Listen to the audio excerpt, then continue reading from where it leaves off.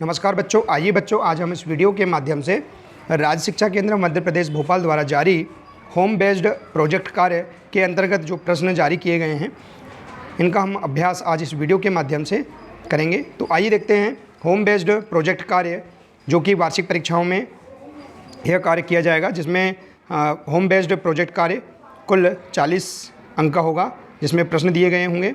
तो हमें यह प्रोजेक्ट कार्य वार्षिक परीक्षा में बुकलेट प्रदान की जाएगी। उसे हमें घर से अपने माता पिता एवं बड़े भाई बहन से पूछकर उसे हल करके लाना है। तो आइए देखते हैं होम बेस्ड प्रोजेक्ट कार्य में हम किस प्रकार से सामान्य सी जानकारी फिल करेंगे, इसे जान लेते हैं। कक्षा 8 में देखिए, कक्षा 8 विषय विज्ञान का यह प्रोजेक्ट कार्य है। इसमें हम विद्यार्थियों के लिए यहाँ निर्देश दिए गए हैं। हम विद्यार्थी देखिए यहाँ पर अपना नाम अंकित करेंगे, फिर अपने पिताजी का नाम अंकित करेंगे और अपनी साला का नाम यहाँ पर अंकित कर देंगे। अब हम देखेंगे जो प्रोजेक्ट कार्य है ये 40 अंक का है, ठीक है। अब आइए देखिए यहाँ निर्देश दिए गए हैं, निर्देशों को भी पढ़ लेंगे। इस प्रोजेक्ट कार्य के अंतर्गत हमें यहाँ राज्य शिक्षा केंद्र के द्वारा ये प्रश्न, महत्वपूर्ण प्रश्न प्रदान किए गए हैं। इनका हम अभ्यास कर लेते हैं। इन्हीं में से वार्षिक परीक्षाओं में प्रोजेक्ट कार्य के लिए प्रश्न दिए जाएंगे। तो आइए देखते हैं विषय विज्ञान कक्षा 8 प्रोजेक्ट कार्य के अंतर्गत महत्वपूर्ण प्रश्न। देखिए बच्चों, यदि आप इसी प्रकार से इसके आगे के सभी अन्य विषय के भी प्रोजेक्ट कार्य और प्रश्न बैंक का संपूर्ण हल देखना चाहते हैं तो आप हमारे इस चैनल को सब्सक्राइब कर लें, बेल आइकन को प्रेस कर लें, ताकि आने वाले इसके आगे के सभी वीडियो आप तक पहुँचते रहेंगे। तो देखते हैं, पहला प्रश्न है प्रोजेक्ट कार्य के अंतर्गत। यहाँ 10 प्रश्न दिए गए हैं, इनका हम अभ्यास कर लेते हैं। इन्हीं में से हमें प्रोजेक्ट कार्य के लिए प्रश्न दिए जाएंगे। तो देखिए पहला प्रश्न है, विभिन्न प्रकार के सूक्ष्मजीवों का अध्ययन कर उनसे संबंधित जानकारी एकत्रित करना। देखिए पहला है सूक्ष्मजीवी क्या है। देखिए ये प्रश्न है, तो विभिन्न प्रकार के सूक्ष्मजीवों का अध्ययन करके उनसे संबंधित जानकारी एकत्रित करना, ये प्रोजेक्ट कार्य के अंतर्गत प्रश्न होंगे, जिसमें सूक्ष्मजीव क्या है, सूक्ष्मजीवों को कितने वर्गों में विभाजित किया गया है। तो देखिए सूक्ष्मजीव इतने छोटे होते हैं कि उन्हें बिना यंत्र की सहायता से नहीं देख सकते हैं। इनमें से कुछ जैसे कि ब्रेड पर उगने वाले कवक को आवर्धक लेंस की सहायता से देखा जा सकता है, जबकि अन्य बिना सूक्ष्मदर्शी की सहायता से दिखाई नहीं देते हैं। यही कारण है कि इन्हें सूक्ष्मजीव कहते हैं। तो इस प्रकार से हम सूक्ष्मजीव क्या है इसके बारे में हम जानकारी लिख सकते हैं। इसके बाद है सूक्ष्मजीवों को कितने वर्गों में विभाजित किया गया है, नाम लिखिए। तो सूक्ष्मजीवों को 4 मुख्य वर्गों में बांटा गया है। पहला है जीवाणु, कवक, प्रोटोजोआ एवं शैवाल। इसके बाद अगला प्रश्न रहेगा, मनुष्य में सूक्ष्मजीवों द्वारा होने वाले सामान्य रोगों की सूची बनाइए। तो देखिए मनुष्य में सूक्ष्मजीवों द्वारा होने वाले सामान्य रोग जैसे जुकाम, इन्फ्लुएंजा, फ्लू रोग एवं अधिकतर खांसी विषाणु द्वारा होते हैं। कुछ विशेष रोग जैसे कि पोलियो एवं खसरा भी विषाणु द्वारा होते हैं। अतिसार एवं मलेरिया प्रोटोजोआ द्वारा होता है। टाइफाइड एवं क्षय रोग, टीबी जीवाणु द्वारा होने वाले रोग हैं। तो इस प्रकार से हम मनुष्य में सूक्ष्मजीवों द्वारा होने वाले सामान्य रोगों की सूची इस प्रकार से बना सकते हैं, ठीक है बच्चों। इसके बाद अगला प्रश्न है, वर्तमान में भारतवर्ष में कौन सी महामारी वायरस द्वारा फैल चुकी है, बीमारी का नाम तथा उसके सामान्य लक्षण लिखिए। तो वर्तमान में भारतवर्ष में फैलने वाली महामारी कोरोना वायरस है। सामान्य लक्षण है इसके जुकाम, खांसी, सांस लेने में समस्या, भोजन का टेस्ट। तो इस प्रकार से हम इस प्रश्न का आंसर लिख सकते हैं। अगला है, हमारे जीवन में सूक्ष्मजीवों के उपयोग तथा हानिकारक प्रभावों को लिखिए। तो देखिए हमारे जीवन में सूक्ष्मजीवों का उपयोग बड़े स्तर पर अल्कोहल, शराब एवं एसिटिक एसिड के उत्पादन में होता है। इसका उपयोग औषधि के रूप में भी होता है। सूक्ष्मजीव अनेक प्रकार से हानिकारक हैं। कुछ सूक्ष्मजीव मनुष्य, जंतुओं और पौधों में रोग उत्पन्न करते हैं। कुछ सूक्ष्मजीव भोजन, कपड़े एवं चमड़े की वस्तुओं को दूषित कर देते हैं। अगला प्रश्न है इसी के अंतर्गत देखिए। तो देखिए बच्चों, इस प्रकार से हम यहाँ पर जो 5 प्रश्न हैं ये सूक्ष्मजीवों के अंतर्गत ये प्रश्न हैं, इनका हम अभ्यास कर लें। इन्हीं में से प्रश्न प्रोजेक्ट कार्य के लिए दिए जाएंगे। इसी प्रकार से अगला प्रश्न है, देखिए आप और आपका मित्र एक स्थान पर एक साइकिल लेकर खड़े हैं। इसके बाद अपने मित्र को साइकिल की घंटी बजाते हुए अपने से दूर जाने के लिए कहिए और आप घंटी की आवाज़ सुनिए, तथा अब अपने मित्र को साइकिल की घंटी बजाते हुए अपने पास बुलाइए और आप घंटी की आवाज़ पुनः सुनें। दोनों स्थितियों में घंटी की आवाज़ में हुए परिवर्तन को अपने शब्दों में कारण सहित लिखिए। तो देखिए जब मित्र साइकिल लेकर पास में खड़ा है तो घंटी की आवाज़ तेज़ सुनाई देगी, जैसे जैसे वह दूर जाता है तो वह धीमी सुनाई देगी, और पुनः वापस आने पर जैसे जैसे वह पास आता है तो पुनः तेज़ सुनाई देगी। तो हम इस प्रकार से यहाँ पर इस प्रश्न का आंसर बता सकते हैं।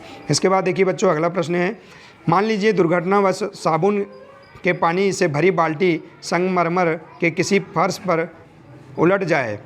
इस गीले फर्श पर आपके लिए चलना आसान होगा या कठिन? अपने उत्तर का कारण बताइए। तो देखिए हम इसका आंसर बता सकते हैं। यदि दुर्घटनावश साबुन के पानी से भरी बाल्टी संगमरमर के किसी फर्श पर उलट जाती है तो इस गीले फर्श पर चलना कठिन होगा, क्योंकि चिकने पृष्ठों में बहुत सारी अनियमितताएं होती हैं। दो पृष्ठों की अनियमितताएं एक दूसरे से भी भीतर धंस जाती है। इसलिए जब हम एक पृष्ठ से दूसरे पृष्ठ पर गति करने का प्रयास करते हैं तो कुछ ही बल लगाना पड़ता है। चूँकि यहाँ घर्षण बल कम होता है इसलिए फिसलने की संभावना काफ़ी अधिक हो जाती है। तो इस प्रकार से हम इस प्रश्न का आंसर लिख सकते हैं। इसके बाद देखिए अगला प्रश्न है बच्चों, तटीय क्षेत्र में रहने वाला एक बालक अपने परिक्षेत्र से पीने के पानी तथा समुद्र के पानी का परीक्षण करता है। वह देखता है कि समुद्र के पानी के लिए चुंबकीय सुई अधिक विक्षेप दर्शाती है।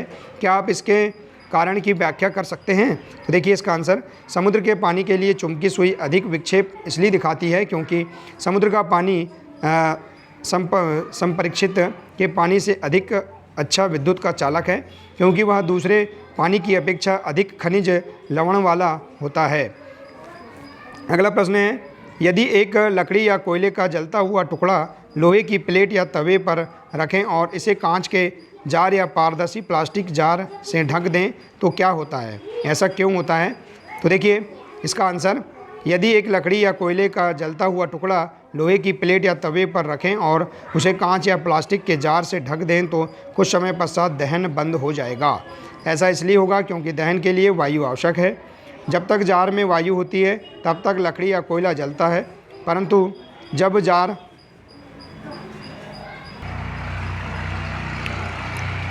जब जार की वायु खत्म हो जाती है तब दहन बंद हो जाता है। तो इस प्रकार से आप इस प्रश्न का आंसर बता सकते हैं। ठीक है बच्चों, इसके बाद अगला प्रश्न है, लंच टाइम होते ही पहली ने जैसे ही अपना लंच बॉक्स खोला तो अचार की खुशबू से उसके मुंह में पानी आ गया। माँ ने आज स्वादिष्ट आलू के पराठे बनाए थे और उन पराठों को लंबे समय तक ताज़ा व नरम रखने के लिए उन्हें एक धातु की चमकीली पन्नी में लपेट कर रखा था और अचार को एक प्लास्टिक की डिब्बी में रखा था। तो इसके अंतर्गत प्रश्न दिया है, पहली की माँ ने पराठों को रखने के लिए किस पदार्थ से बनी पन्नी का उपयोग किया होगा? तो देखिए एल्यूमिनियम की पन्नी का उपयोग किया होगा, इसका आंसर है। बहुत ही महत्वपूर्ण प्रश्न है। इसके बाद अगला है, धातु का पतली पन्नी में परिवर्तन धातु के किस गुण को प्रदर्शित करता है? तो तन्यता के गुण को प्रदर्शित करता है। 2 नंबर का इसका आंसर सही है। अगला है, माँ ने आलू के पराठे बनाने में कौन सा बल लगाया होगा? तो माँ ने आलू के पराठे में पेशी बल लगाया होगा। तो इस प्रकार से आप इसका आंसर बता देंगे। तो इस प्रकार से आप देखिए इस प्रश्न को भी पूर्ण कर सकते हैं। आइए इसी के अंतर्गत देखते हैं हम अगले प्रश्न। चित्र में एक मोमबत्ती के जलने की 3 स्थितियां दी गई हैं। इन्हें ध्यान से देखिए और निम्न प्रश्नों के उत्तर दीजिए। देखिए यहाँ 3 स्थितियां दी गई हैं। अब देखिए ए, बी और सी स्थिति में देखेंगे। स्थिति ए में मोमबत्ती क्यों जलती रहेगी, कारण लिखिए। देखिए दहन के लिए वायु आवश्यक है। ठीक है, अवस्था ए में मोमबत्ती निर्बाध रूप से जलती है, जबकि वायु चिमनी में नीचे से प्रवेश कर सकती है। तो इस प्रकार से यहाँ देखेंगे इसे हमने ढका नहीं है तो इसके लिए वायु आवश्यक है, तो ये जलते रहेगी। अगला है, स्थिति बी स्थिति में मोमबत्ती की ज्वाला कंपित होकर धुआं उत्पन्न क्यों कर रही है? तो देखिए जब चिमनी में नीचे से वायु प्रवेश नहीं कर पाती तो ज्वाला में कंपन होता है और धुआं उत्पन्न होता है। देखिए इस प्रकार से। और सी स्थिति में मोमबत्ती बुझ क्यों गई? इस अवस्था में ज्वाला बुझ जाती है क्योंकि उसे वायु उपलब्ध नहीं हो पाती। देखिए हमने इसे ऊपर से ढक दिया है, इसलिए यहाँ पर वायु उपलब्ध नहीं हो पाएगी, इसलिए मोमबत्ती बुझ जाएगी। तो इस प्रकार से आप इस प्रश्न का आंसर आसानी से कर सकते हैं। ये प्रोजेक्ट कार्य के लिए भी ये महत्वपूर्ण प्रश्न है। अगला प्रश्न है, एक डॉक्टर ने आयरन की कमी से पीड़ित रोगी को आयरन की गोली लेने को कहा। यह गोली आयरन के जैसी नहीं दिखाई देती, लिखिए। तो देखिए क्योंकि आयरन की गोली पीड़ित रोगी को खून बढ़ाने के लिए दी जाती है, क्योंकि वह एक गोली है, लोहा नहीं, इसलिए वह गोली आयरन जैसी नहीं दिखाई देती। इस प्रकार से आप इस प्रश्न का आंसर बता सकते हैं। अगला प्रश्न है, नीचे दिए गए चित्रों को नामांकित कीजिए तथा एवं संरचना के आधार पर दोनों चित्रों में तुलना कीजिए। तो देखिए इसे हम नामांकित करेंगे। देखिए इस प्रकार से इनमें अंतर भी बताएंगे। तो देखिए हम इसका आंसर इस प्रकार से बता सकते हैं।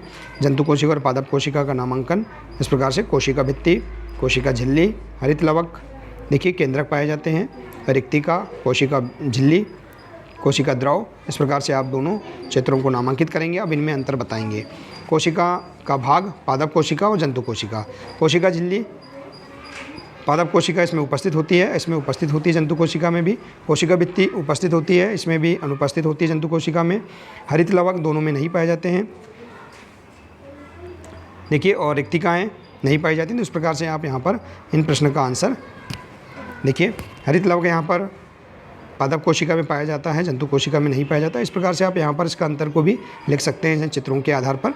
ठीक है बच्चों, तो देखिए इस प्रकार से आप यहाँ पर ये प्रोजेक्ट कार्य के अंतर्गत ये जो प्रश्न दिए गए हैं, देखिए इन प्रश्नों के आंसर आप आसानी से हल करके इनका अभ्यास कर लें। देखिए यही प्रश्न परीक्षा में, वार्षिक परीक्षा में प्रोजेक्ट कार्य के लिए हमें दिए जाएंगे।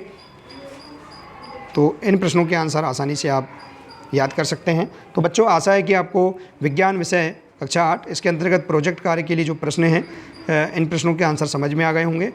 देखिए, और हमें प्रोजेक्ट कार्य किस प्रकार से पूर्ण करना है यह भी आप जान गए होंगे। तो बच्चों, आज के लिए सिर्फ इतना ही है। देखिए, हम इसी प्रकार से अगले विषय के प्रोजेक्ट कार्य के संपूर्ण हल भी हम इस वीडियो के माध्यम से बताएंगे। तो यदि आप इसी प्रकार से सभी वीडियो देखना चाहते हैं तो आप इस चैनल को सब्सक्राइब कर लें, बेल आइकन को प्रेस कर लें, ताकि आने वाले सभी महत्वपूर्ण वीडियो आप तक पहुंचते रहेंगे।